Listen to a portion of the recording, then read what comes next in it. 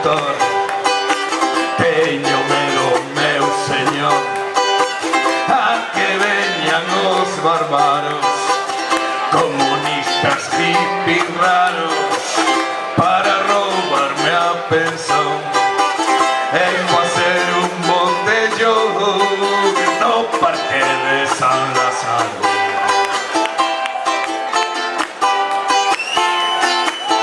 Teño medo do inmigrante, son todos os yihadistas, a saber que esconden da vista debaixo do seu turbante. Teño medo da muller, xa non há como as de antes, feminazis militantes e o que todas queren ser, se as deixamos facer van nos cortar os colgantes. Teño tanto medo que me paso o día a cagar, uso de antilasante o Partido Popular.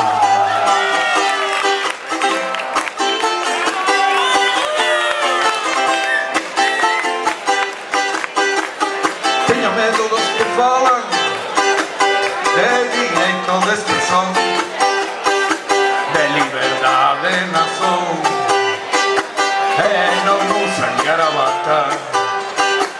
O imperio vai contraataca, xa non há nada sagrado, non dice Deus que é pecado meter por onde se saca.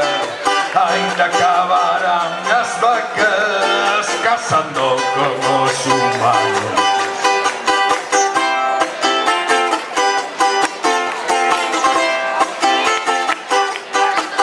Teño medo do que ven e tamén do que non chega, do día das letras galegas e das gotas no café. Teño medo de que a vida me retire o meu sofá e o doutor recomendar que pare con a bebida. Entón, como podería eu esta catendía? Teño tanto medo que me paso o día a cagar, uso de antilasante o Partido Popular. Teño tanto medo que paso o día a cagar, uso de antilasante o Partido Popular. Teño tanto medo que me paso o día a cagar, uso de antilasante o Partido Popular. Teño tanto medo que me paso o día a cagar, uso de antilasante o Partido Popular.